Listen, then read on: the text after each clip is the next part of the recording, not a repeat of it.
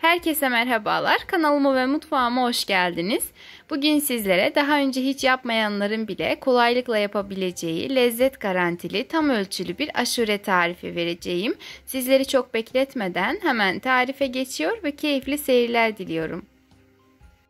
Öncelikle aşuremiz için kullanacağımız 2,5 su bardağı buğdayı, 1 su bardağı nohutu ve 1 su bardağı da kuru fasulyeyi bir gece öncesinden ıslattım. Yani üzerlerini geçinceye kadar su ekleyip bir gece beklettim. Ertesi gün suyunu tamamen süzdüm ve tekrardan üzerlerine yeterince su ekledim.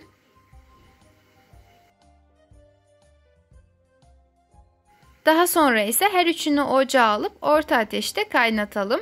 Fasulye ve nohut sadece yumuşayana kadar pişse yeterli olacaktır. Lakin buğday tamamen ezilene kadar pişmeli. O yüzden ara sıra kontrol etmeyi, yani karıştırmayı ve de ilave su gerekirse kaynar su ilavesi yapmayı unutmayalım. Bakliyatlarımız pişerken biz geçelim kuru meyvelerimizi hazırlamaya. Öncelikle kullanacağımız kuru meyveleri birkaç kez güzelce yıkayalım. Daha sonra ise gerekli olanları küp küp doğrayalım. Ben 250 gram kuru üzüm ve 250 gram da kuru kayısı kullandım. Dilerseniz bunların dışında kuru incir veya dut kurusu da kullanabilirsiniz. Meyveler hazır hale geldikten sonra üzerlerini geçinceye kadar su ilavesi yapıp en az 1 saat kadar bu şekilde bekletelim. Ortalama 40-45 dakika kadar kaynadıktan sonra buğdayımız artık pişmeye başlamış. Şimdi içerisine önceden yıkayıp hazırlamış olduğumuz yarım çay bardağı kadar pirinci ilave edelim ve bu şekilde de bir yarım saat kadar kaynatalım.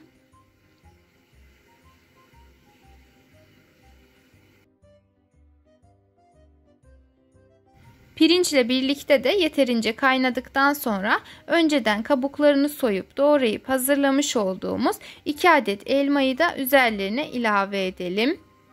Bu arada mevsim meyvelerinden de ilave edebilirsiniz. Ben 1 adet de kabuğu soyulmuş doğranmış armut ilavesi yaptım. Eğer kış ise mutlaka portakal kabuğu rendesi ilave etmenizi tavsiye ederim. Kesinlikle çok yakışacaktır. Ve şöyle bir karıştırıp meyvelerin tamamen yumuşamasını bekleyelim. Eğer kuru fasulye ve nohutu çok güzel pişirmediyseniz bu aşamada ilave edip birlikte pişmelerini sağlayabilirsiniz.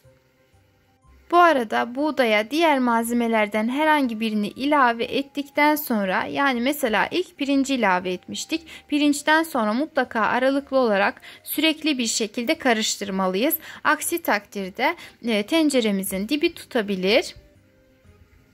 Ve de piştikçe kıvam alan aşuremizin içerisine ara ara kaynar su ilavesi yaparak kıvamını bu şekilde kontrol altına alalım.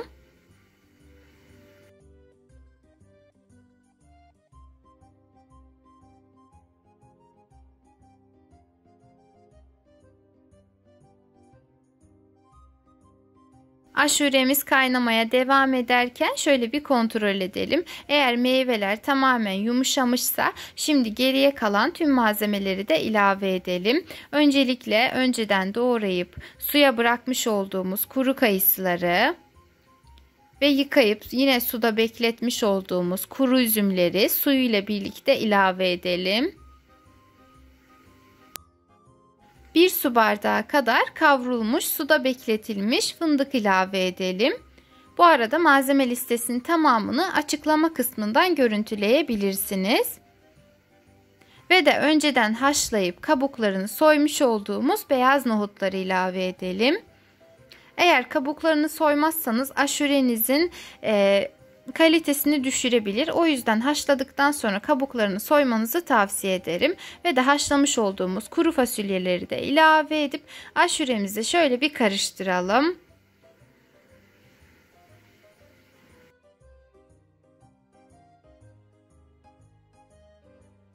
Ve malzemelerin tamamını ilave ettikten sonra kontrol edelim. Eğer kıvamı çok koyu ise o zaman tekrardan kontrollü bir şekilde kaynar su ilavesi yapıp aşuremizi kaynatmaya devam edelim.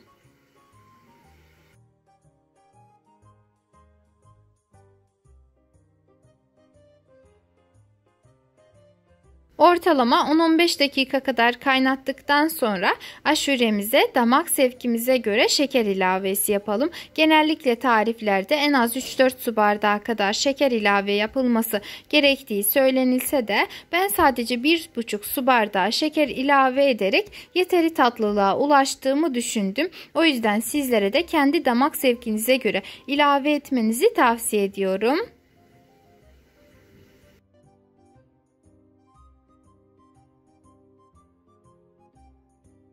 Son olarak 1 su bardağı ılık veya kaynar süt ilavesi yapıp 10 dakika kadar daha kaynatalım.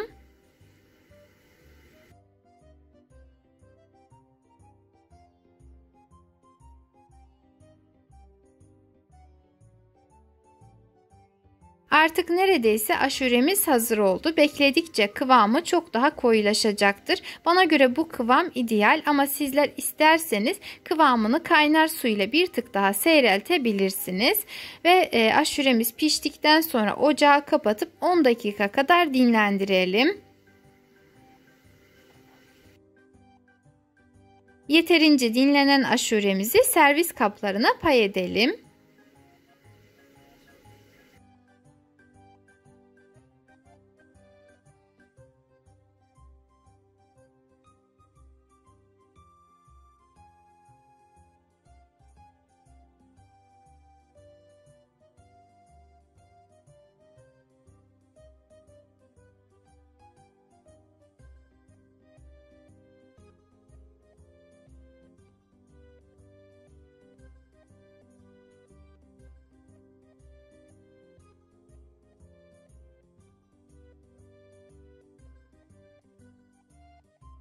Ve aşuremiz artık servise hazırdır. Yapacak olan herkesin hayrını, duasını Rabbim kabul etsin inşallah.